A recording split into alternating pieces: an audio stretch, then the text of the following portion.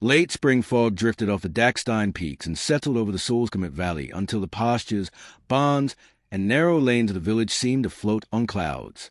Inside a whitewashed farmhouse at the edge of Obersee, Paul rose before dawn, careful not to wake Emma, and carried 2 tin milk pails through the quiet hall. The board creaked under his boots, but the children, Jacob at 11, Clara at 9, and Pierre at 7, slept so deeply that not even the clatter of the back door latch stirred them. Paul stepped into chill air laced with pine and manure and the faint sweetness of apple blossoms, thinking how ordinary the morning felt, how perfectly, blessedly small his life was. He had no warning that by evening that smallness would be shattered and every breath of fog would taste of dread. The goats shifted when he entered the shed, hooves knocking against the timber troughs. He stroked their flanks, whispering nonsense to keep them calm, and soon the rhythmic hiss of milk against pail filled the gloom. Through a chink in the planks he could see the neighboring house, a chalet that belonged to Alex, the newest arrival in Obersee. Its windows were dark, curtains drawn tight as always. 6 months earlier, when Alex bought the place, villagers had speculated about why a man who kept to himself and spoke in short, halting sentences would choose that cheerful hamlet. No one found a satisfying answer, so rumors multiplied like dandelions. He was a disgraced professor, a tax fugitive, a man healing from heartbreak. Paul, who had exchanged no more than a dozen words with him, preferred to believe the heartbreak theory. It felt kinder. By the time Paul finished chores and washed up, the sun had pushed through the fog. Emma was in the kitchen, hair in a loose braid, slicing rye bread and singing under her breath. Pierre sat at the table, swinging her legs, tracing a finger through the steam on the window pane. Jacob and Clara argued over cereal boxes. Above them, floorboards thumped. Marcus was awake. Marcus had arrived nearly a year earlier, a short visit that stretched into seasons. He was Emma's younger brother, a wiry man with a quick grin and restless eyes. After losing a marketing job in Vienna and breaking off an engagement, he asked if he could stay a few weeks to clear his head. The children adored him. He mended Jacob's bicycle chain, taught Clara card tricks, and painted Pierre's room a soft lilac. Paul enjoyed Marcus's stories about city life and admired his knack for turning every setback into a joke. Yet sometimes, late at night, he noticed a man staring into the dark yard as though listening for footsteps no one else could hear. Breakfast unfolded in its usual cheerful clamor. Spoons clinking, milk spilling, Emma scolding gently, Paul chuckling. Marcus bounded down the stairs, hair tousled, T-shirt wrinkled, and kissed Emma's cheek. He plopped beside Pierre and stole a bite of her toast. Pierre squealed, delighted. No one saw anything sinister in that simple theft. No one knew it was the first move in a day built from misdirections. School bags packed, shoes laced, the children tumbled outside. Jacob and Clara raced each other toward the bus stop near the chapel. Pierre, too young for the big school, was meant to stay in the garden until Grandma arrived to walk her to kindergarten in the next lane. Emma reminded her twice, and Pierre nodded solemnly, though mischief glimmered in her hazel eyes. Paul loaded cheese wheels into the van. Emma hurried off to the community center where she taught German to refugees. Marcus, mug in hand, offered to keep an eye on Pierre while finishing freelance design work. Paul felt grateful. He trusted Marcus more than the quiet neighbor whose curtains never opened. He climbed into the driver's seat, waved to Pierre chasing butterflies along the fence, and drove away believing everything important was in its proper place. At 9:15, a local gardener pruning the municipal rose beds saw Pierre perched on the low stone wall that divided the Fisher land from Alex's. She stretched her arms like a tightrope walker. On Alex's side of the wall, the man himself knelt beside a raised planter, earbuds tucked beneath a wool cap despite the mild morning. He glanced up, nodded, and returned to his soil. The gardener thought nothing of it. 5 minutes later, Pierre was no longer on the wall. Inside the farmhouse, Marcus sat at the dining room table, laptop open to a graphics program, headphones resting around his neck. He glanced at the clock, 9:30. Pierre's giggles, which had floated through the open window a moment earlier, were gone. Marcus stood, stretched, and wandered onto the porch. The garden was empty, gate swinging gently as if someone had nudged it. He called her name once, twice. No answer. A flicker of irritation crossed his face, quickly replaced by something like calculation. He jogged to the hen coop, checked the orchard, even peek into the root cellar, but saw only dust and jars of preserves. His pulse quickened. He pulled his phone from his pocket, hesitated, and then shoved it away. Instead, he ran down the lane toward the chapel. Certain Pia must have followed her siblings. The bus stop was deserted. The bus had come and gone. A bead of sweat slipped down his spine. He looked back at Alex's house. Curtains still drawn. He jogged to the chalet and knocked, lightly at first, then harder. No response. He pressed his ear to the door but heard only faint music. His fist clenched. When Grandma arrived at 10:05 and found no Pia, she phoned Emma, who left her class in a blur of apologies. At 10:23, Emma called Paul, her voice thin with panic. Paul swung the van around on the B road, tires spitting gravel. By 10:47, Marcus dialed emergency services, words tumbling over each other. 2 patrol cars from Bad Iskl arrived, sirens silenced out of courtesy to the frightened family. Officers fanned across the property. Detective Eva entered the scene, tall, silver-haired, face weathered by alpine sun, eyes sharp.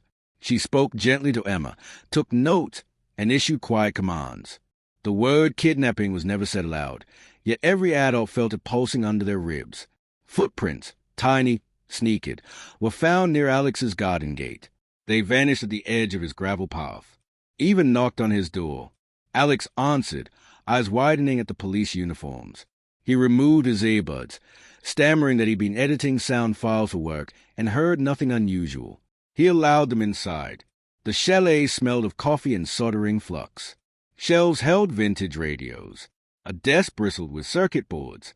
In the back room, a tidy single bed. Nothing looked out of place.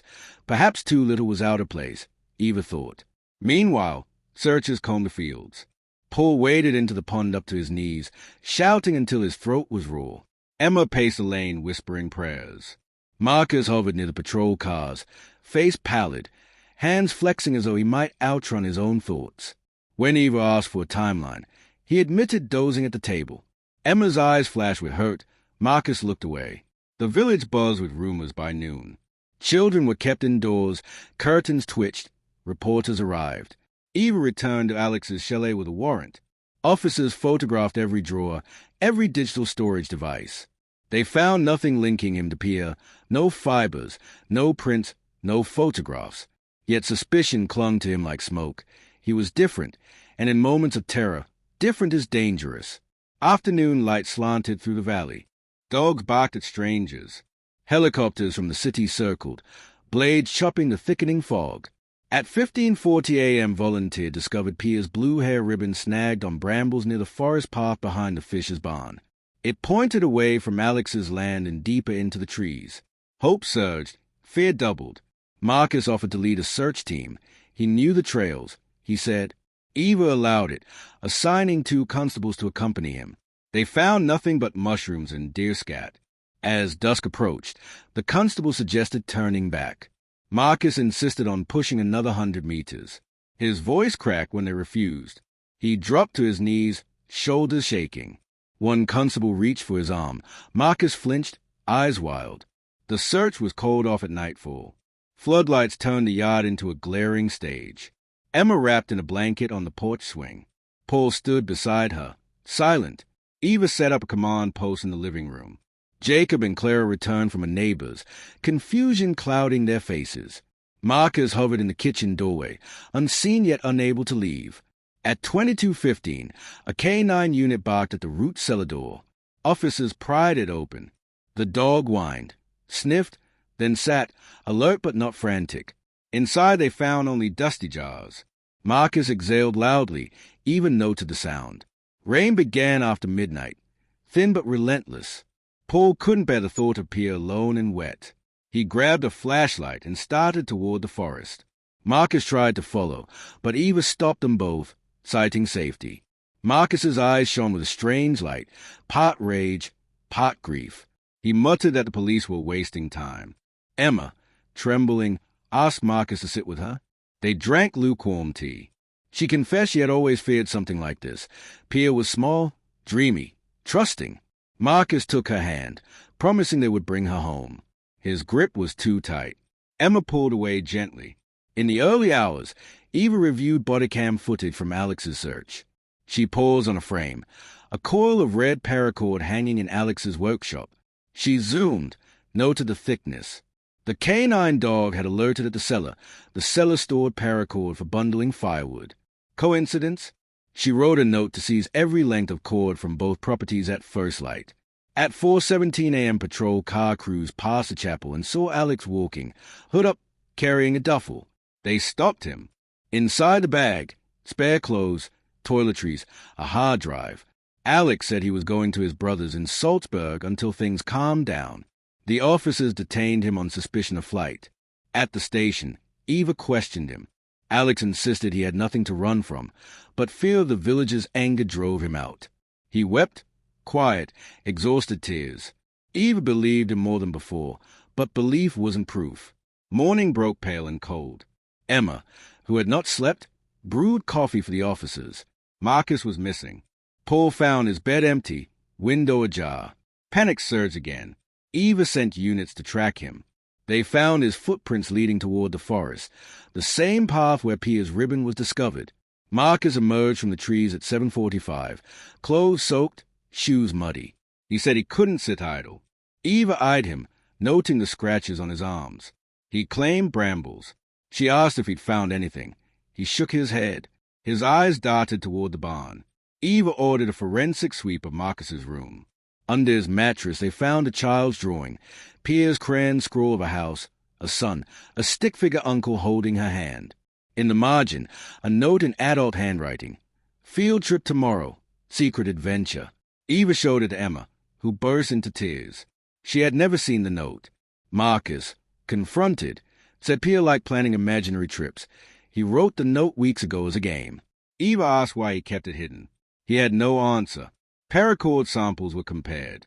Fibers from the barn cellar matched a coil in Marcus's wardrobe. A speck of sap on the cord contained pine resin unique to the forest trail. Marcus's alibi crumbled like wet paper. Still, he denied harm. He loved Pia. He would die before hurting her. Eva pressed harder. Marcus's veneer cracked.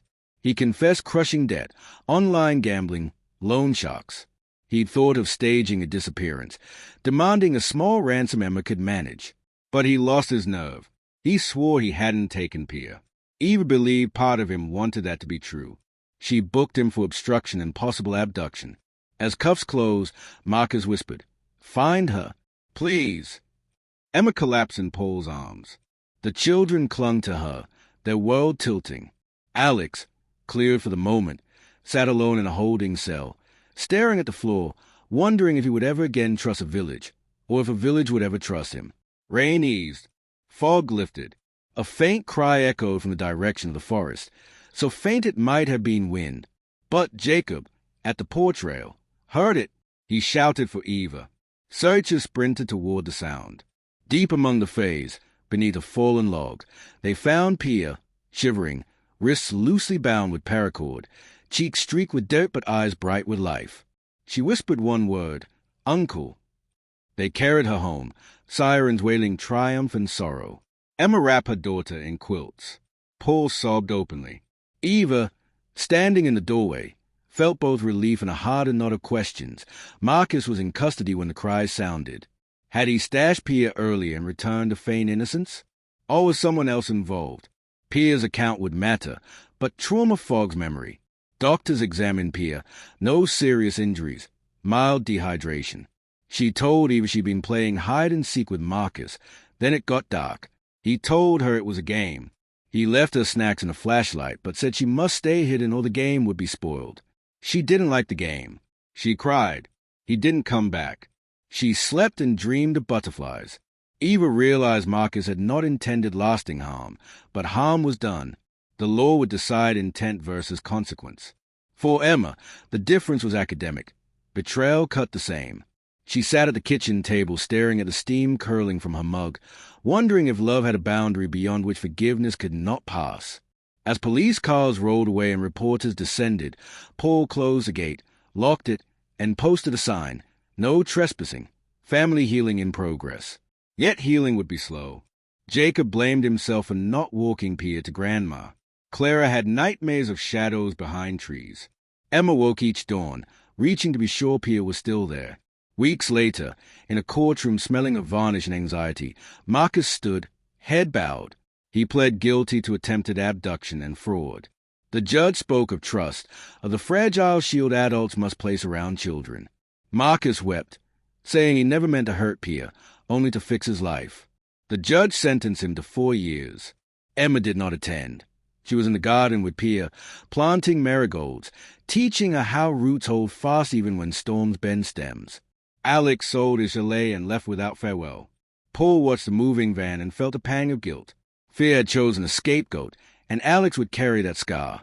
Paul resolved never again to let fear guide his judgments. Summer turned leaves a deeper green.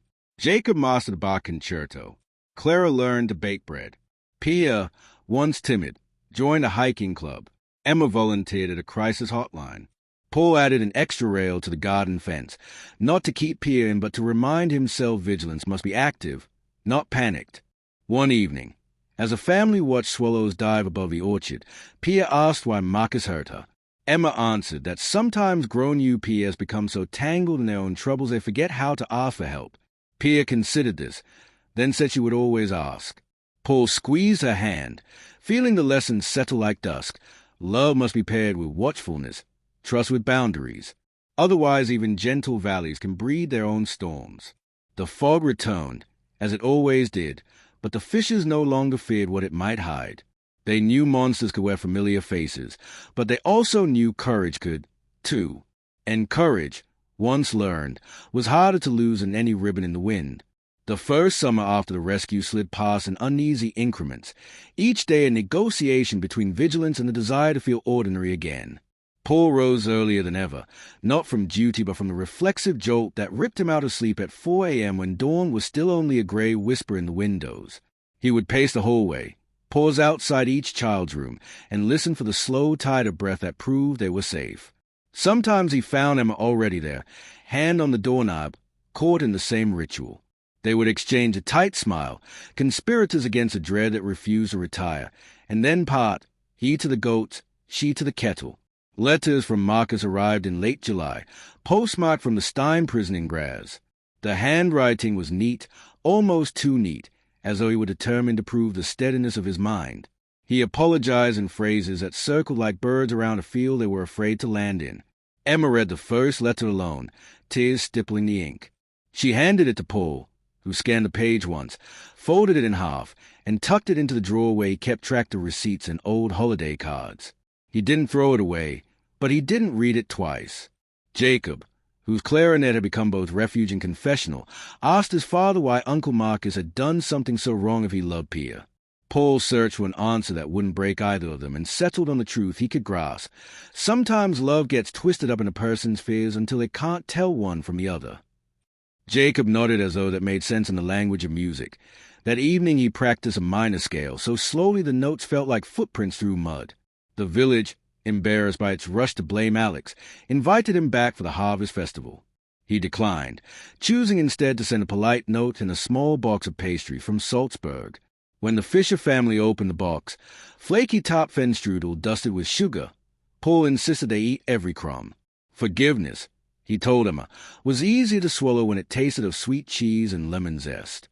Yet he still caught himself glancing at the darkened chalet, half expecting Alex's silhouette behind the curtains. Detective Eva visited once in August to drop off Pia's ribbon, sealed in a plastic evidence sleeve. She said the case was officially closed. Marcus had waived his right to appeal. Standing in the kitchen doorway, she watched Pia thread the ribbon back through a braid. Fingers nimble, expression thoughtful but unafraid. "She's braver than most adults I know," Eva murmured. Emma offered her coffee, but Eva declined, saying she had a long drive and a short fuse for caffeine these days. Before leaving, she knelt beside Pia and whispered something no one else heard. Pia nodded, serious, and then hugged the detective's neck. Eva walked down the path, wiping her eyes with the heel of her hand, the gesture as quick as a salute. Autumn brought gold to the larches and a new routine to the farmhouse. Emma's German classes expanded to twice a week. She found purpose in teaching words like Sicherheit, safety, and Vertrauen, trust, to refugees who understood the weight of those syllables. Paul hired a teenager from the next village to help with the goats, freeing him to mend fences and, more importantly, to sit on the porch with a mug of coffee while Pia built elaborate fairy houses at his feet. He learned that healing sometimes looked like doing less, not more. In prison, Marcus earned a certificate in bookkeeping. His letters described the rhythms of incarceration, head counts, library hours, the squeal of metal doors that sounded like seagull fighting. He wrote about guilt like a stone he carried from cell to cafeteria and back again, never setting it down for fear it might roll onto someone else's foot. Emma replied to every third letter, short notes about the children's milestones, Clara's first solo bike ride, Jacob's concert, Pia's lost tooth.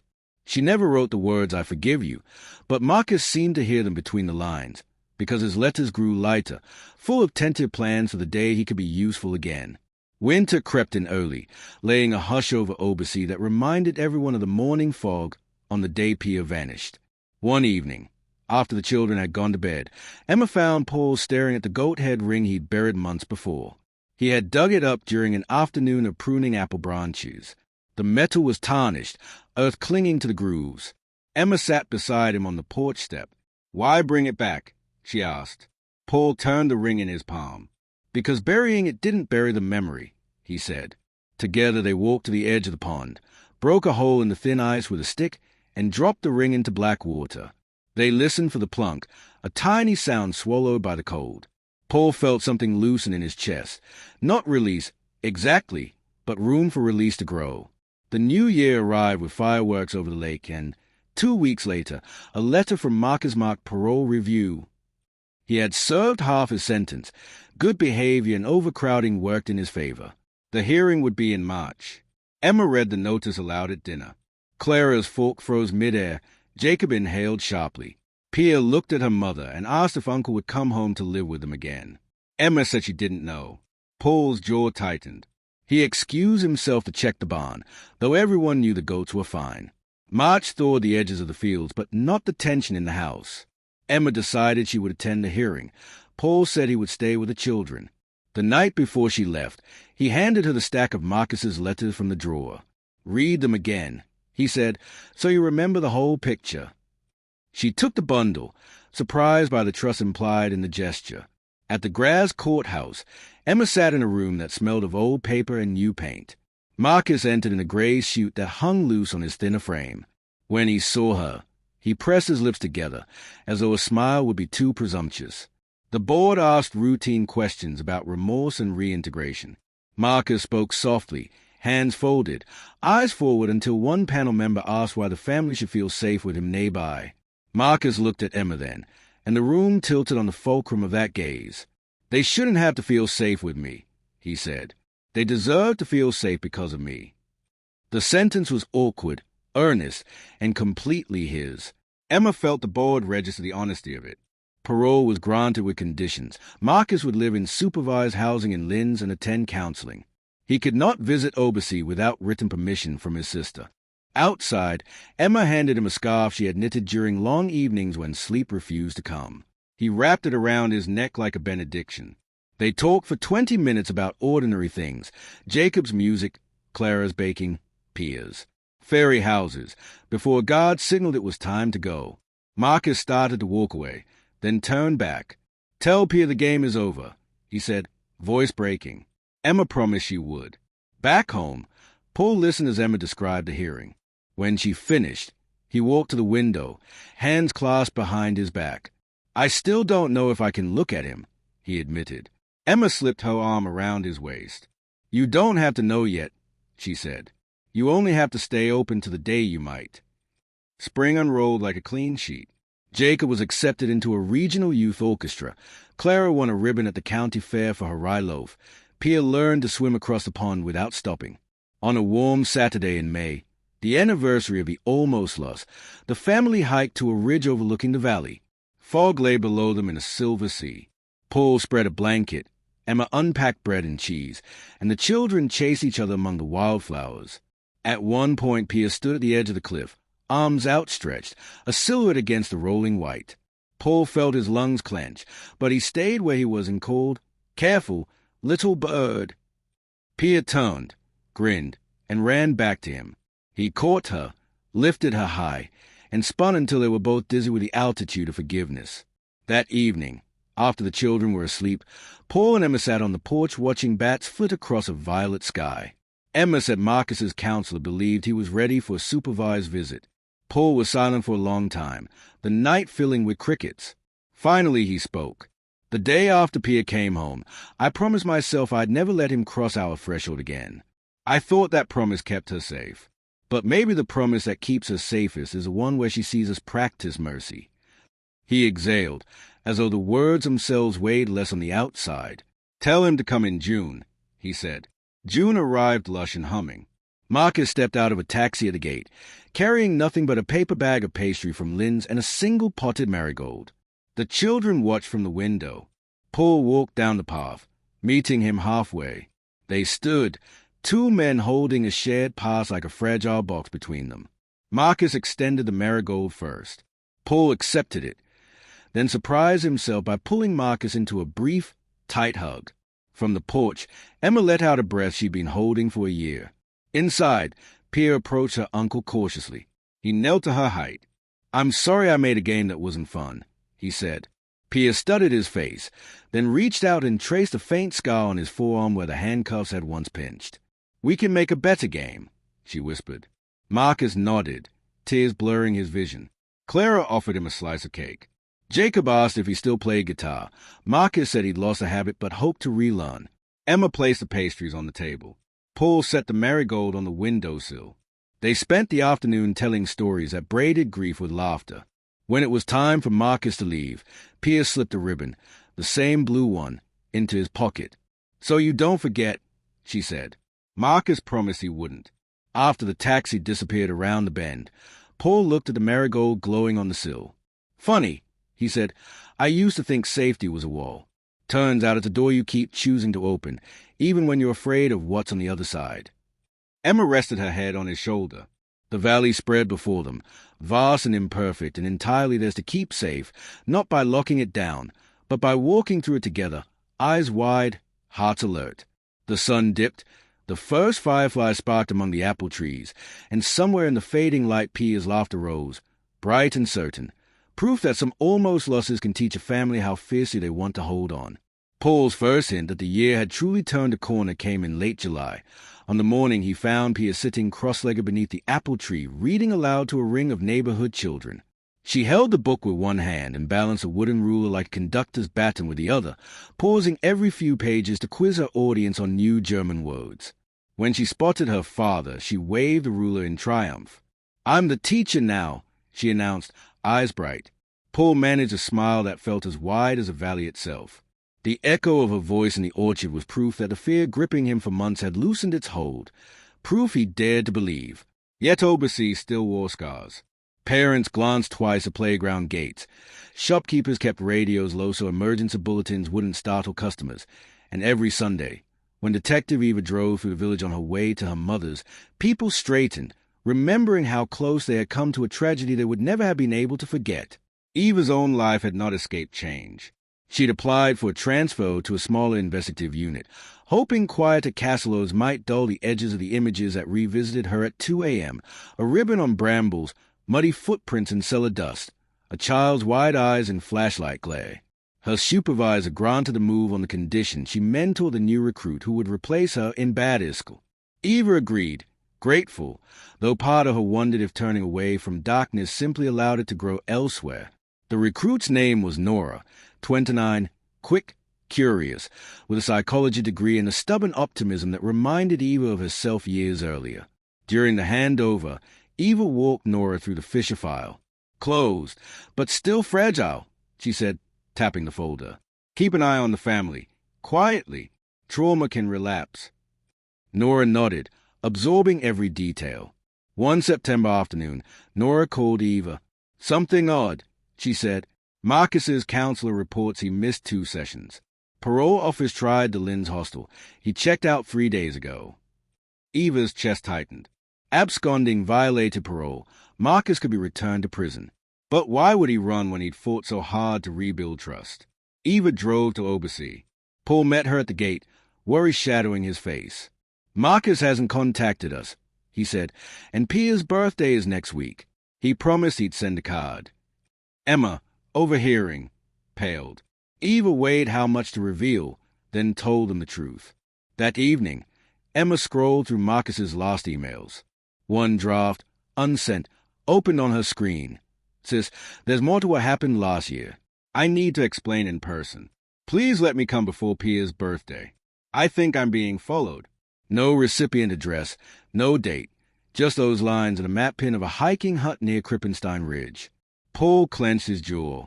If he's in trouble, we need to know. Eva cautioned them. The ridge was treacherous this time of year. She would alight mountain rescue and go herself at first light. Emma insisted on accompanying her. Paul stayed for the children, agreeing only after Eva promised hourly check-ins. They hiked at dawn, clouds snagging the limestone peaks. Halfway up, Eva's radio crackled. Rescue teams had found a campsite matching Marcus's description. Tent collapsed, sleeping bag gone, backpack slashed open. Nearby, a fresh rock slide blocked a narrow ledge. Rescuers believed someone had tried to cross and triggered the fall. Emma's breath caught. She started toward the slide, but Eva held her back. Specialists would rappel down. Hours crawled by until a call came. No body, no blood, only footprints leading away from the debris toward a disused mine shaft. The shaft mouth gaped like a black keyhole in the cliff face. Inside, the air tasted of rust and old salt. Eva and a rescue medic advanced by headlamp. 50 meters and they found Marcus sitting against the wall, wrists bound with red paracord. His own, cut from the same coil used a year earlier. His face was bruised, eyes swollen. When the light hit him, he flinched, then sagged with relief. "He took it too," he rasped. "Took what?" Eva asked. Marcus opened his palm. Pia's blue ribbon, grimy but intact. He said the debt wasn't paid. Said I'd never be free of him. Emma knelt, tears falling. "Who?" "Marcus." He swallowed. "Anton." The name landed like a stone in water. Anton was Emma's eldest cousin, once close as a brother, now estranged after years of petty scams. He'd visited briefly the winter before Pia's disappearance, begging money. Paul had turned him away. No one had seen him since. Eva's mind spun. Anton must have overheard Marcus's confession of debt, realized a staged kidnapping could yield real profit, and used Marcus as cover. When Marcus served time, Anton lay low. Now that Marcus was free, Anton feared exposure and decided to reassert control. Eva radioed Nora. Issue a warrant for Anton, track any bank activity, monitor bus stations. Marcus was airlifted to hospital. Emma rode beside him, gripping his hand. He murmured apologies until sedatives stilled his tongue. Back in Obersee, Paul double-checked locks. Pia sensed tension and asked if monsters were real again. Paul knelt, gathering all 3 children. "Monsters are only people who forget how to love," he said. "But we remember, so we stay safe." Anton was spotted 2 days later boarding a train in Graz, clutching a duffel. Police intercepted him at Bruckenderm UR. Inside the bag, forged passports, a stun gun, and a notebook detailing the official routine, times, routes, favorite hiding spots of a 7-year-old girl. During interrogation, Anton smirked, claiming he merely meant to scare Marcus into paying. But evidence piled high, fingerprints on the mine paracord, CCTV of him tailing Marcus and Linz, and a voice message he'd accidentally left on Marcus's phone. "Tell the Fishers the next game lasts longer." Facing charges of attempted kidnapping and extortion, Anton's bravado cracked. At the second trial, smaller, swifter than the first, Emma testified, voice steady. "Marcus, arm in sling, spoke too. Fear makes cowards of us. Anton let it make him cruel." The jury needed less than an hour. Anton received 12 years. As guards led him away, he glared at Marcus. Marcus looked down, unwilling to return hate with hate. The next spring, the village school invited parents to career day.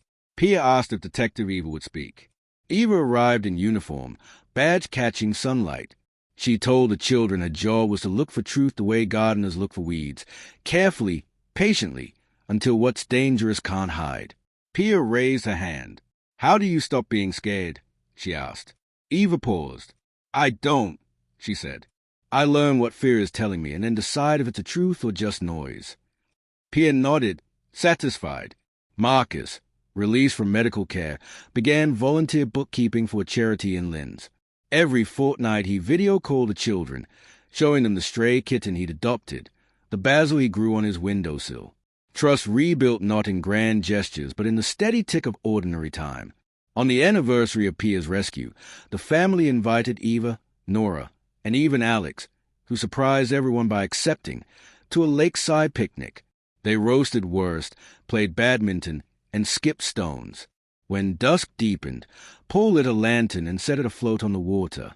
"Here's to the light that finds us, even when we're lost," he said. Pia watched the lantern drift, reflection wavering. She took Jacob's hand, then Clara's. Behind them, Emma slipped her arm through Paul's. Eva and Nora stood nearby, and Alex, hands in pockets, smiled softly. Marcus, on screen via Emma's phone, raised a mug of tea. The lantern bobbed toward the horizon, a single point of fire against the indigo. Pia whispered, "Not missing, almost missing." And in that phrase lay the family's final lesson. Almost can be a chasm or a bridge, depending on what you build afterward. They chose a bridge. The lantern drifted until it merged with the stars' reflections, and the lake swallowed the flame with a soft hiss. The adults packed coolers. The children gathered stray shuttlecocks, and for the first time in 2 years no one glanced over a shoulder on the walk home. Some unfolded in slow, confident strokes. Pia joined a junior climbing club run by the Alpine Rescue Service. At first Paul hovered at the base of every practice wall, palms sweating, but the instructor, Lars, patient as stone, taught him to spot properly, to trust the rope, to breathe. By August, father and daughter climbed side by side. Halfway up a limestone face, Pia called down, "It's easier when you look where you want to go, not where you might fall." Paul laughed so hard he nearly slipped, then took her advice and reached the next hold. Clara's rye loaves gained local fame. The village cafe bought 2 each Friday, selling slices with apricot jam. Clara saved the euros in a tin, planning to buy a second-hand mixer so Jacob could whisk egg whites for his meringues. He had traded clarinet reeds for baking spatulas, discovering music in the rise and fall of dough. Emma completed a certification in trauma-informed teaching. On Monday, she tutored a Syrian teenager named Amira, whose shy smile reminded her of Pia before everything happened. Amira struggled with German grammar, but when Emma explained the difference between fast, almost, and calm, hardly, the girl nodded with a spark of understanding that made Emma's chest warm. Detective Eva, officially stationed in the quieter district of Leoben, kept her promise to mentor Nora. They met monthly at a cafe midway between their posts. Nora brought fresh case files, Eva brought advice, and both brought an appetite for Sakatort. Each meeting ended the same way. Nora asked, "Any regrets?" and Eva replied, "Only the ones that keep me curious." It became their private litany against complacency. Marcus's life, measured in smaller triumphs, advanced too. He earned full-time work at the charity, renting a modest flat overlooking the Danube. He attended therapy twice a week, learning to name the knots in his thinking before they tightened. Every second Saturday he took a train to Obersee, supervised at first, then alone. On those visits he helped Paul mend fences, listened to Jacob's new compositions, sampled Clara's bread, and read Pia chapters from adventure novels, always stopping at a cliffhanger so she would look forward, not back. One crisp October morning, Marcus arrived with a battered guitar. He tuned it on the porch while Pia arranged cushions like an audience. His fingers hesitated, searching for chord half forgotten, and then he began a Styrian folk song, the lullaby Emma used to sing. His voice quavered on the first verse, but steadied on the second. Emma stood in the doorway, tears bright but unshed, letting the melody thread through memories and mend them. Paul listened from the garden, hands deep in soil. When the song ended, he walked to the porch and held out a small wooden box. Inside lay the goat head ring, polished, the tarnish gone. "I fished it out after the thaw," he said. "It doesn't frighten me anymore. I thought you should have it. Reminder of what fear can cost." Marcus traced a metal, then closed the lid. "Let's melt it down," he said. "Make something better." They agreed to donate the silver to the village blacksmith, who forged it into a delicate treble-clef pendant for Jacob's next recital. Winter arrived early, snow muffling the world. The family spent long evenings around the hearth, playing word games and planning a spring trip to Vienna's Natural History Museum, a first for Pia, who wanted to see dinosaur bones taller than the farmhouse. Marcus offered to be their guide in the city. Paul hesitated, then nodded. The yes felt like stepping onto new ice and finding it thick and clear. The trip in March was a riot of discoveries. Jacob's ordered a Stradivarius in the music hall, Clara's delight in a bakery window piled with saccatort, Pia's reverent silence before the towering Allosaurus skeleton. At lunch in a bustling market, Marcus excused himself for a moment. When he returned, he carried a gift bag for each child, a set of professional reeds for Jacob, a vintage bread stand for Clara, and for Pia, a slim blue journal with a brass lock. On the first page he had written, "Fill this with every adventure you lead, so no one forgets who the guide was." Pia hugged him. Journal Jacob's music camp in Salzburg introduced him to mentors who spoke of composition as storytelling without words. He returned with pages of half-formed melodies, some tender, some dissonant, that he called shadow themes. Clara, tasting one of his practice sessions like bread dough, said the notes felt underbaked. Jacob grinned, handing her a pencil. "Add the seasoning." She drew small dots above certain measures, crescendos, rests, a sudden shift to major key. When Jacob played the edited version, the kitchen filled with a warmth that tasted of rye and possibility. Pia, ever the adventurer, asked Lars, the climbing instructor, why people tied knots instead of just holding the rope. "Because hands let go," he said, "but a good knot remembers a promise for you." Pia considered this, then spent an afternoon practicing figure eights in blue cord, presenting one to Paul as a bracelet. "It remembers," she told him. He wore it daily, a loop of sky-colored reassurance. In Linz, Marcus's counselor suggested he confront the physical spaces tied to his guilt. He took the train to Bad Ischl, then hiked alone toward the mine shaft where Anton had bound him. At the entrance he paused, breath thrusting the air, heart ricocheting like a trapped bird. He stepped inside only long enough to set a small lantern on the rock floor, its flame flickering against walls streaked with salt. "I leave you here," he whispered, to fear, to shame, to the twisted logic that once convinced him a child's terror was an acceptable collateral. He walked out lighter, the lantern's glow receding behind him like a star he no longer needed to navigate by. The village cafe framed Clara's award ribbon beside the cash register, and patrons began requesting her bread by name, Clara Cruster. She negotiated a modest wholesale deal, surprising Paul with a spreadsheet of costs and profits. He marveled at the arithmetic of healing. Tragedy subtracted, perseverance added, love multiplied. News of Emma's letter reached Anton through prison staff. Weeks passed before a reply arrived. 5 pages of uneven script. Anton wrote that nightmares kept him awake, a blue ribbon floating beyond reach, a child's voice echoing in a mine. He claimed remorse, though Emma sensed he still weighed every sentence on a scale of self-pity. She brought the letter to family council at the kitchen table. Jacob voted to ignore it. Clara wanted to write back, demanding an apology baked into stone. Pia listened, then asked, "If it's sorry, does that fix anything?" Paul answered carefully, "Sorry is a tool. It can mend, but only if we use it right."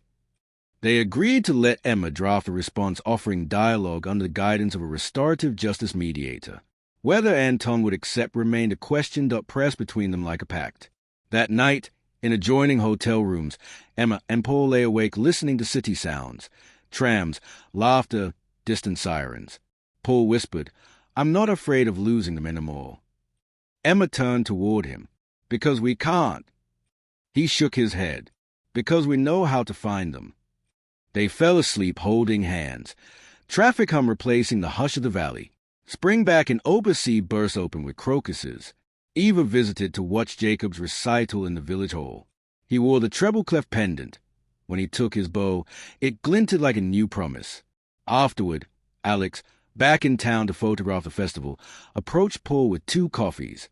They stood beside the old cherry tree, blossoms drifting. Paul said, "I'm sorry for what we assumed." Alex replied, "I'm sorry I made it easy to assume." They clinked paper cups, and the coffee tasted less like penance and more like possibility. By midsummer, Marcus's parole ended. The letter granting full freedom arrived the same day Jacob received a scholarship to a music camp in Salzburg. Clara's bred won best in district, and Pia completed her first outdoor climb on real rock. Emma joked the universe had finally learned to batch its blessings. That evening they gathered at the pond, the children launching paper boats with candles. Marcus held a final boat, larger, its sail cut from the court document lifting his restrictions. He handed it to Pia. She set it on the water, candle flickering. They watched until it disappeared into dusk. Paul rested an arm across Marcus's shoulders. "Welcome home," he said, and met the breadth of sky, the depth of water, the long unbroken line of mountains. As darkness settled, Emma spoke softly, almost herself. "It began with almost losing her, but it ends with almost losing ourselves, except we chose otherwise." No one replied. They didn't need to. The night carried their agreement, a quiet covenant sealed by candlelight and ripples.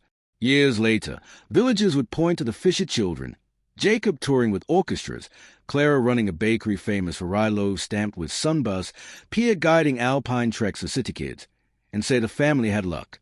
But those who knew the story understood it wasn't luck. It was a deliberate, daily work of turning almost into always vigilant, always honest, always willing to open the door again, even when fear whispered to bolt it shut. And on foggy mornings, when the valley looked like it might swallow every landmark, Paul and Emma stood on the porch, mugs warming their hands, watching the mist thin. They knew that somewhere in the gray their children moved, confident, visible, loved, and that was enough light to see by. Early autumn settled over Obersee with a hush so soft it felt like the valley was catching its breath after 2 turbulent years. The official business of the case, Anton's conviction, Marcus's release from parole, seemed complete, yet Detective Eva kept a slim file open on her desk, a reminder that paper resolutions rarely seal the emotional ones. She and Nora returned twice to the Fishers' farmhouse, not for interviews but for coffee at the kitchen table, quietly checking the family's pulse in ways questionnaires never could. Paul had begun a ritual of jotting daily notes in a weather-stained ledger, sunrise time, goat yields, children's triumphs, even the mood of the fog.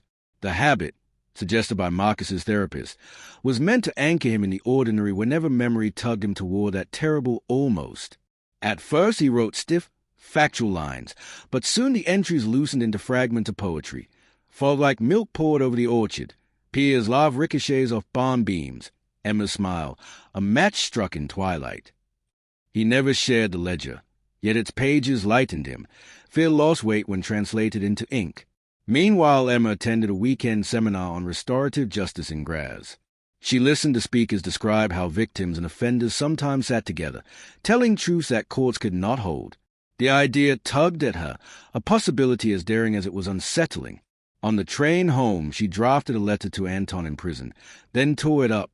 The next morning she wrote another, shorter. "I don't know what I want from you yet, but I refuse to let silence be the last word." She mailed it before nerves could veto courage. Jacob's music camp in Salzburg introduced him to mentors who spoke of composition as storytelling without words.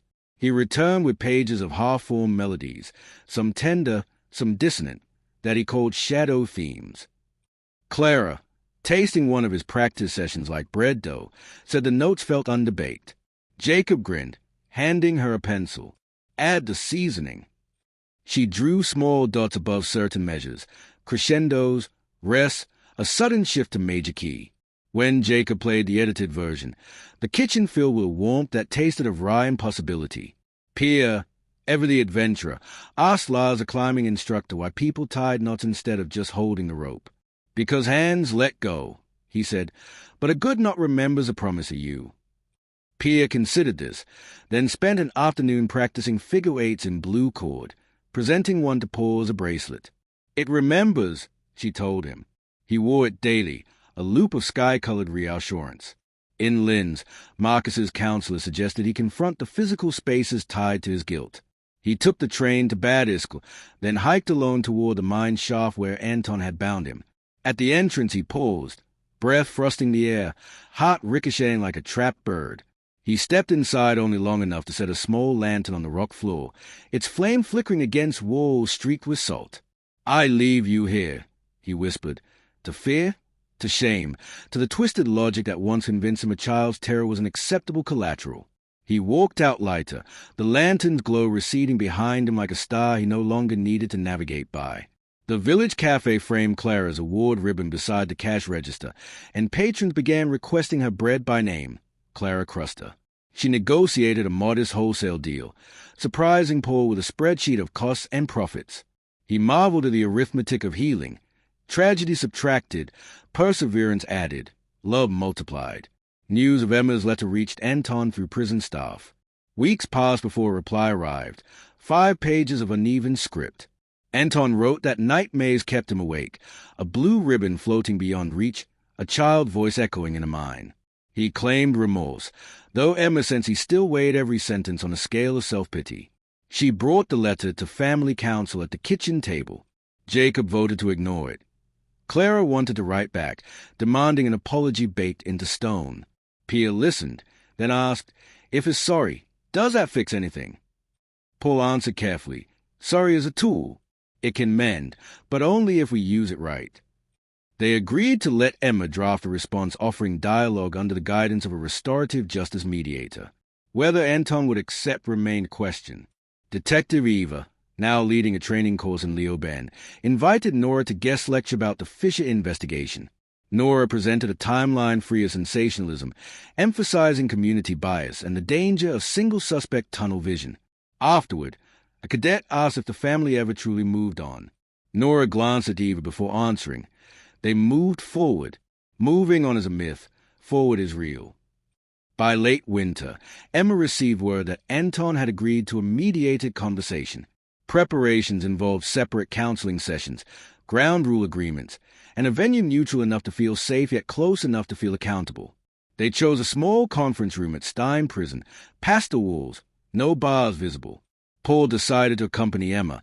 Jacob and Clara sent written statements. Pia drew a picture, 2 mountains with a bridge between, and asked her mother to show Anton. On the day, Emma entered the room, heart hammering, Paul beside her like a steady metronome. Anton sat across, thinner, hair graying, eyes evasive until the mediator asked him to face those he'd harmed. Emma unfolded Pia's drawing, sliding it across the table. Anton stayed, fingers trembling. When he finally spoke, his voice cracked on the word bridge. He confessed not only to the extortion plot, but to earlier petty crimes that had escalated his desperation. Emma listened, tears silent. When her turn came, she read Clara's words about sleepless nights and Jacob's lines about music stitched with fear. Then she spoke for herself, describing the moment she realized safety could never again be assumed. Paul added that forgiveness was not a door Anton could open from his side alone.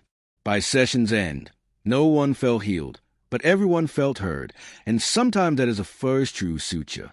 Back in Obersee, spring arrived with thunderous rain that turned the pond into a mirror of storm clouds. One afternoon, the family found Detective Eva and Nora at the gate, soaked, grinning. They'd been passing through when the downpour trapped them. Emma ushered them inside, brewing cocoa. Conversation meandered to future plans. Eva admitted she was considering retirement to write a memoir on investigative ethics. Nora revealed she'd applied for a scholarship to study community policing in Canada. Pia asked if Canada had mountains. Nora promised photos of the Rockies if she went. That night, after their guests left, Jacob sat at the piano and began a new composition. He wove a motif from his shadow themes, but resolved them into chords that felt like sunrise on the ridge. He titled it Almost Missing, Always Found. Clara suggested debuting it at the village midsummer festival, paired with her bread and Pia's climbing demonstration, a family showcase of resilience disguised as celebration. Midsummer dawned clear and golden. Stalls lined the village square, aromas of grilled bratwurst mingling with fresh rye. Clara's loaves sold out by noon. She donated proceeds to the Alpine Rescue Fund. Pia, harnessed to a portable climbing wall, guided younger children up brightly colored holds, her voice steady, encouraging. Jacob's recital closed the evening. As the last chord reverberated, lanterns were lit across the square. Hundreds this time, a sea of small suns drifting into twilight. Emma glanced at Paul. In his eyes she saw the reflection of every lantern they had ever launched, each one marking distance from the night fear almost took their daughter. Marcus, standing beside Detective Eva, whispered, "Listen." Not to the music. It had ended, but to the murmur of villagers laughing, chatting, living. Silence used to scare me, he said. Now the noise tells me we're okay. Eva squeezed his shoulder. Noise is life. Just keep it honest. When the festival wound down, the family walked home under a quilt of consolations. Pia asked how many lanterns would reach the moon. Paul said perhaps none, but their light made the journey worthwhile. Jacob counted that photons travel forever. Even if the lantern flames died, their light would keep going. Clara declared that meant the village was already written across the universe. Emma laughed, realizing her children had grown into philosophers when she wasn't looking. Autumn returned, bringing Anton's second letter. Shorter, humbler. Thank you for the bridge picture. I keep it above my bunk. I'm learning carpentry in the prison workshop, building small bridges from scrap wood. One day I hope to build something useful outside. Emma showed the letter to Pia, who nodded solemnly and asked if bridges built inside counted. Emma said they counted most of all. Years slipped forward. Jacob left for the conservatory in Vienna. Clara opened a bakery in Bad Ischl, and Pia, at 18, earned her Alpine Guide certification. Marcus attended each milestone, quieter but unwavering. Detective Eva's memoir was published to modest acclaim. Nora sent postcards from Vancouver of mountains that looked both foreign and familiar. On a crisp September afternoon, exactly 10 years after Pia almost disappeared, the family gathered on the ridge above the valley. Parents, children, Marcus, Eva, Nora, even Alex with his camera. Anton, parole granted for good behavior, arrived with permission in a wooden box. Inside lay dozens of tiny bridges, each carved from different wood. He set them along the cliff edge, a fragile skyline catching the sun. Pia picked one, a slender span of cedar, and slipped it into her pocket. No one spoke of forgiveness. The moment itself was evidence enough. They shared bread, music, stories, and when the first star blinked on, Pia began to count the lanterns. They lit only one this time, large enough to carry everyone's wishes. Together they released it, a single glow rising above a valley that no longer felt small, but exactly the right size for the lives mended within it. The lantern climbed, wobbling, then steadied, catching a current that carried it toward the silver ribbon of the river. Below, the family's silhouettes merged into one shape, unbroken, watching until the light was a pinprick against the vast dark. Proof that even fragile flames can travel farther than anyone imagines. Proof that almost missing is not the end of a story, but the middle, where courage decides what the ending will be. Morning mist drifted across the ridge like slow-moving surf the day Pia guided her first group of city teenagers into the Dachstein foothills. She had planned a 3-day trek for months, carefully chosen trails that balanced challenge with reward, a lakeside campsite where constellations spilled like diamonds, and a final scramble to a lookout the villages called Himmelstrepp, the stairway to sky. Paul helped her load tents. Emma checked the first aid kit twice, and Marcus, now settled in Oversea in a modest cottage, slipped a cedar bridge carving into her pack for luck. Pia laughed, hugging him, but kept the talisman. The teens arrived by bus from Vienna, faces glued to phones until the signal dropped. Pia welcomed them with hot chocolate brewed over a portable stove and a story about the valley fog that once swallowed her home. She didn't mention kidnappings or paracord, only that fog can be friend or foe depending on whether you know the way. The teens listened, shivering with equal parts cold and curiosity. When she handed out compasses, they pocketed them as if receiving enchanted relics. They set off beneath large trees gilded by late autumn sun. Pia taught foot placement on Luscree, how to read the slope's mood in rock color, how to listen for the low hum of shifting ice in shaded gullies. That first afternoon they crested a saddle where the world dropped away into a bowl of cloud. The teens gasped, phones forgotten. One boy, Leon, all bravado in the city, asked if monsters lived down there. Pia said the only monsters were fears you let grow unchecked, but fears could also be teachers. Leon scoffed, yet his eyes stayed wide. At the lakeside camp they built fires, cooked noodles, and told stories. Pia's assistant guide, Tarek, a refugee Emma had once taught, played a battered ukulele while stars bled across the black. Leon admitted he'd joined the trek because his father called him soft. A girl named Myra confessed she'd never slept outside but hoped the dark might hide her stutter. Pia listened, adding nothing, letting the silence become soft enough to hold their words. While the campers slept, she sat on a rock by the shore, cedar bridge in hand. She thought about Anton carving tiny spans in a cell, about Marcus lighting a lantern in the mine, about her parents pacing holes on sleepless nights. She realized bridges were not only crossings but also returns. She had become the guide leading others back to themselves. Dawn came pale and cold. Frost rimmed tents like sugar. Over oatmeal Pia taught knot tying, bowlines, figure eights, and a favorite, the double fisherman's, because it holds when the pull is hardest. Leon fumbled until Myra, hand steady despite the chill, guided his fingers. He managed a perfect knot and grinned at her in wonder. They climbed through dwarf pines, past ibex tracks and shale that rang like porcelain under boots. Mid-morning, a shout echoed. Leon slipped, ankle twisting, sliding toward a drop. Pia lunged, driving her ice axe into turf, anchoring the rope. Tarek secured a second line. Leon dangled, eyes wild, but Pia's voice cut through panic. "Look where you want to go." He focused upward, and together they hauled him to safety. His ankle sprained but not broken, Leon wept into Pia's shoulder, whispering, "I thought I was gone." She whispered back, "Almost isn't gone," words so practiced they felt like heartbeat. They bivouacked early, Leon propped on a log, foot bandaged. He apologized to the group. The group brushed it off, busy making cocoa. That night, Myra asked Pia if fear ever leaves. Pia answered, "No, but it moves aside when courage needs room." Myra nodded, touched her throat, and later, when Tarek played a slow melody, she sang, voice soft, stutter smooth by moonlight. The final morning they rose before sunrise to reach Himmelstrep. Leon insisted on walking, leaning on a trekking pole. Switchbacks carved the slope, frost crunching underfoot. At the last pitch, the sky ignited pink, casting long shadows like ladder rungs. Pia reached the lookout first, then stepped aside, letting each teen top out alone. When Leon emerged, breath ragged, the group erupted in cheers that ricocheted off peaks. He raised his pole like a flag, tears silvering his cheeks. They spent an hour naming distant towns, tracing rivers, mapping futures. Pia tucked the cedar bridge under a rock cane, leaving it for whoever needed a reminder next. On the descent, Leon walked beside her. "If almost isn't gone," he asked, "what is gone?" Pia considered. "Gone is when you stop trying. Promise me you won't." He promised, voice steady. Back in Obersee, parents collected exhausted, radiant teenagers. Leon's father shook Pia's hand, eyes glassy. Myra's mother pressed a knitted scarf into Pia's arms. When the bus pulled away, Pia watched until it disappeared beyond larches, heart thumping with a new certainty, guiding others that healed a layer she didn't know was wounded. At home, Paul's ledger lay open on the kitchen table. Today's entry waited.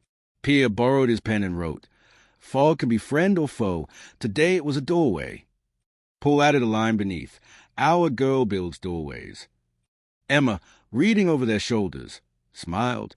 That winter Marcus proposed a community project, transforming the abandoned mill by the pond into a youth climbing and music center.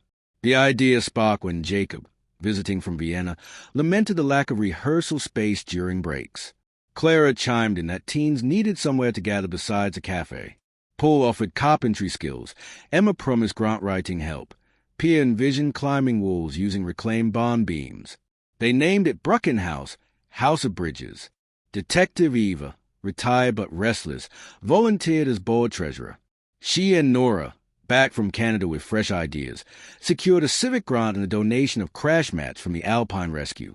Alex documented renovations, capturing sawdust motes swirling in sunbeams, Marcus measuring joists, Clara kneading dough for volunteers' lunches.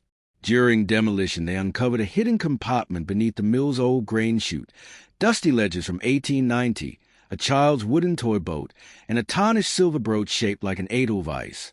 Pia cradled the brooch, marveling at its resilience. Marcus suggested mounting it above the center's entrance, symbol that forgotten things can become foundations. They polished it until it gleamed. Opening day drew villagers and visitors.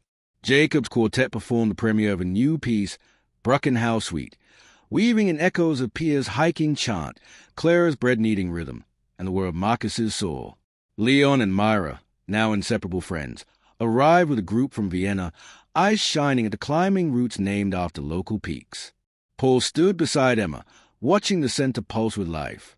"We built this," he murmured. Emma corrected him. "We became this." Months passed. Snow melted. The mill wheel, long rusted, was restored by Anton during supervised work release. His carpentry instructor petitioned the parole board for community integration hours. The village council hesitated, memories tender, but Pia advocated. Brockenhouse is a bridge. It should be built by everyone who wants to cross. Anton worked quietly, sanding, sealing, refusing payment. On his last day, he left a cedar bridge carving in the foyer, initials AF burned underneath, and slipped away before anyone could hand him thanks heavy enough to carry. That summer, Nora organized a regional youth summit at Brockenhouse, workshops on conflict resolution, art therapy, mountain safety. Pia led a night hike to the ridge, lanterns in hand. 50 lanterns rose together, each bearing a written fear to be released. Watching the lights ascend, Marcus whispered to Paul, "We filled the sky with our almost." Paul squeezed his shoulder and turned them into always. 5 years later, a documentary crew arrived to film Brockenhouse as part of a series on rural resilience. The director interviewed villagers, capturing stories of suspicion turned solidarity, of a fog-shrouded morning that nearly shattered a family and the bridge builders who followed. During filming, Pia guided the crew to Himmelstrep. At the cairn, she found the cedar bridge still nestled beneath stones, weathered but intact. She held it to the camera, explaining its journey from prison cell to mountaintop. The director asked what she would do with it now. Pia smiled and placed it back under the stones. "Some stories aren't finished," she said. The documentary aired across Austria. Viewers wrote letters, teachers wanting to screen it, parents asking for advice on rebuilding trust, former inmates seeking restorative programs. Donations flowed, enough to add a recording studio for Jacob's workshops and a commercial oven for Clara's baking apprenticeships. Eva joked that paperwork followed her into retirement like a loyal dog, but she filed every receipt gladly. On the 10th anniversary of Brockenhouse, the valley hosted a festival. Lanterns again, but this time they tethered them along the pond, reflections duplicating the glow so the water looked star-spangled. Pia stood on the mill balcony addressing the crowd. She spoke of almost missing children, almost broken families, and the choice to build anyway. Her voice carried across the water, strong, sure. When she finished, thunderous applause rolled like distant avalanches, and the lanterns flickered in reply. After the festival, Paul updated his ledger, lanterns on water, stars jealous. He closed the book, knowing it was nearly full. He considered starting a new volume, but decided instead to leave blank pages, space for the unknown, for the almost yet to come. Emma, now a certified restorative justice facilitator, received an invitation to speak at an international conference. She hesitated. Public speaking still rattled her, but Pia urged her on. In Toronto, Emma recounted overseas journey, emphasizing that bridges require maintenance long after they span a chasm. Delegates from 5 continents approached her with plans for their own Brockenhouse projects. Jacob's compositions, infused with alpine motifs, earned him a residency in Paris. On opening night, he performed Fog Suite, dedicating it to the valley that taught me to listen. Critics praised its interplay of tension and release. Jacob wrote home, "Crowds applaud the climaxes, but I hear the rest, the spaces where fear used to live." Clara expanded her bakery to Salzburg, hiring at-risk youth. Her signature loaf, Bruckenson, carried a stamped bridge and sun. Customers said it tasted like second chances. Pia, guiding treks on distant ranges, mailed homestone from each summit, granite from the Dolomites, slate from the Pyrenees, basalt from Iceland. Markers arranged them in the Brockenhouse foyer, a mosaic map of horizons reached. The lantern tradition endured. 25 years after Pia's almost disappearance, 3 generations gathered by the pond. Paul and Emma, silver-haired, Jacob with his partner, a cellist, Clara with twins who chase fireflies, Pia, sun-creased and laughing, Marcus, cane in hand but eyes bright, Eva, Nora, Alex, Anton, each carrying their own flicker of history. They lit a single lantern, larger than any before, covered in signatures. As it rose, Pia's niece asked why they didn't light one for every fair. Pia knelt, answering, because one light can carry many names, and the sky remembers them all. The lantern climbed, trailing sparks. Paul felt Emma's fingers intertwine with his, just as they had on countless foglit mornings. He realized the legend might never record this moment, yet it was etched in the greater book the valley had become, pages of trail maps, music scores, bread recipes, bridge carvings, and the unspoken vows that stitched them. As the lantern vanished into night, the pond stilled. Its surface reflected not just the light, but the silhouettes of those who chose bridges over walls, promise over regret. Somewhere beyond sight, the cedar bridge on Himmelstrepp weathered another season, still holding. Almost missing had grown into always found, not through a single act but through years of deliberate, sometimes faltering steps, each knot retied, each wall reproposed, each story retold until fear lost its claim. And if the valley ever woke to fog thick enough to hide every path, they would remember where to look, at the rope's knot, at the bridge's beam, at the lantern's glow, at one another.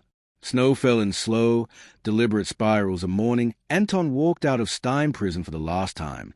No reporters waited, no banners unfurled. Just Detective Nora, now head of the district community reentry program, leaning against her hatchback with 2 steaming coffees. Anton paused, eyes narrowing in the bright white glare, as though freedom itself might prove a mirage. Nora offered a cup. Vanilla, no sugar. Emma said that's still how you take it. He accepted with a tremor that sloshed brown against the lid. They drove south toward Obersee in silence broken only by tire hiss on salted roads. At the village boundary, Anton asked if the Fishers knew he was coming. Invitation came from Pia. Nora answered. Everyone else co-signed. Anton nodded, but his shoulders rose like someone bracing for wind. The farmhouse yard shimmered under frost. Pia stood on the porch in a red parka, flanked by Clara and Jacob. Paul and Emma waited by the gate, Marcus beside them, cane planted in snow. When Nora parked, Anton remained seated until Pia opened his door. Bruckenhaus needs shells, she said, as if continuing a conversation paused only minutes earlier. He stepped out, boots crunching, and handed her a paper bag of cedar bridge carvings, each etched with a date marking days he'd chosen remorse over resentment. Pia took the bag, tucked her arm through his, and guided him toward the warmth of the kitchen. Inside, the table overflowed, Clara's rye, Jacob's homemade jam, Marcus's herbal tea blend, Emma's apple compote. Anton hovered at the threshold until Paul set a hammer and nails beside the spread. Eat first, build later, Paul said.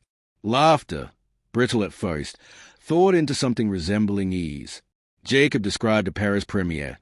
Clara bragged about her twins' mud pie bakery. Marcus recounted a Bruckenhaus workshop where teenagers wrote songs about second chances. Anton listened, nodding, absorbing. After lunch, they crossed the frozen pond to the mill. Sunlight shattered on ice, scattering prisms. Inside Bruckenhaus, climbers' laughter mingled with the muffled thump of feet on crash mats and the distant hum of Jacob's students tuning strings. Anton measured wall studs, marking shelf positions.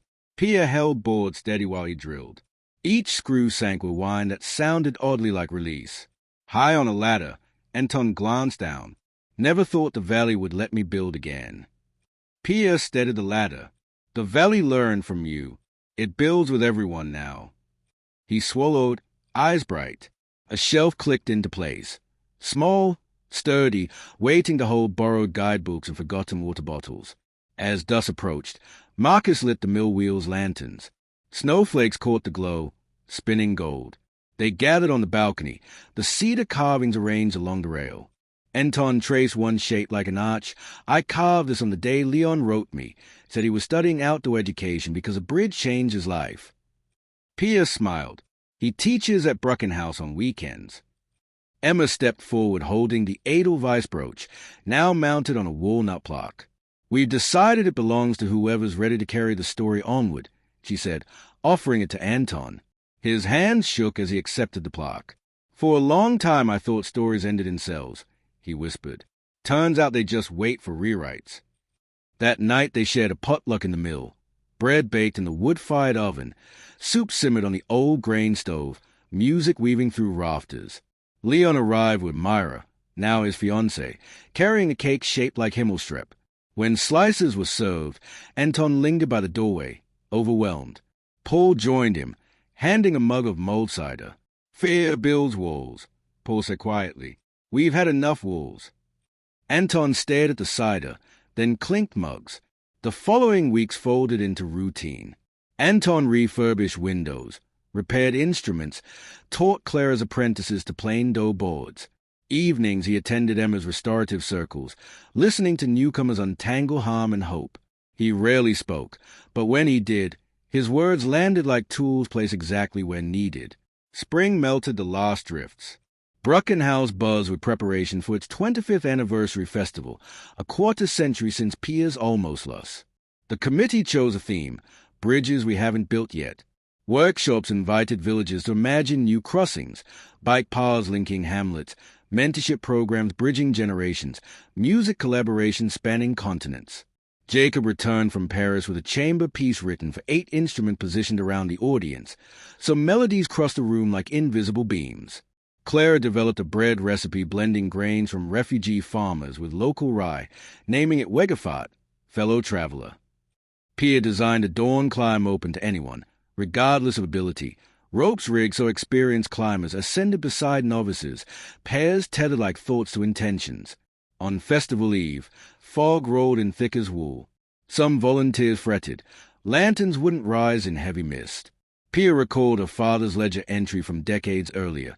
Fog like milk poured over the orchard.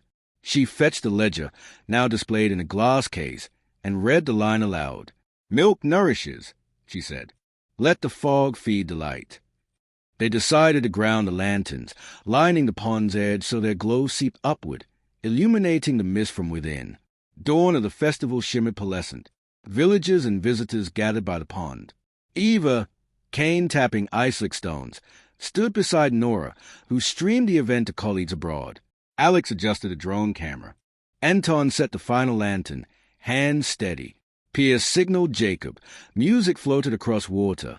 Strings breathing, woodwinds murmuring, percussion heartbeat soft. Children stepped forward first, led by Clara's twins, each holding a small mirror. They angled mirrors to catch lantern light, reflecting beams into fog. Adults followed, forming concentric circles, mirrors multiplying radiance until the mist glowed amber. Pia addressed the crowd. "Bridges aren't only timber and rope, they are reflections we choose to share. Today we light the fog itself."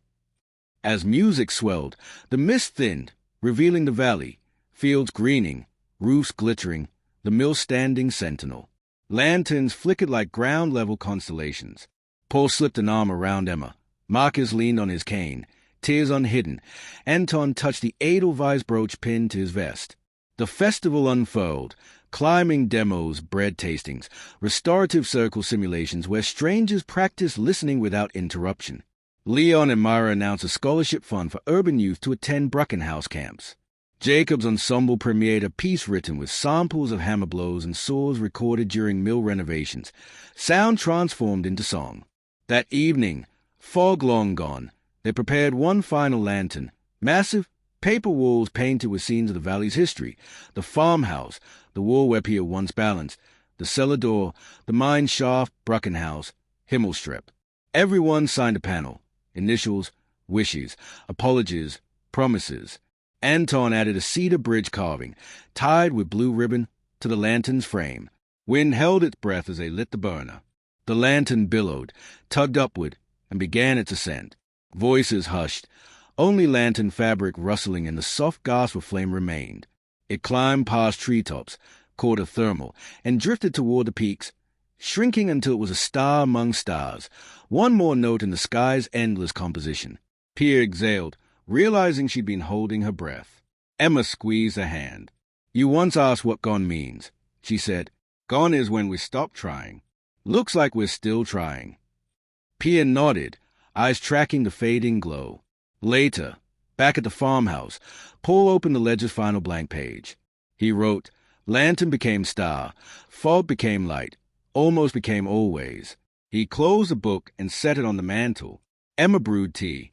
Jacob played soft chords on the living room piano. Clara sliced Wegafat loaf. Marcus sorted cedar shaving for tomorrow's workshop. Anton sat in an armchair, sketching a blueprint for a covered footbridge across the river, a project proposed that afternoon. Pia leaned against the window frame, watching moonlight silver the yard where she once chased butterflies. She felt gratitude rise like warmth from embers, not flashy, but steady, enduring.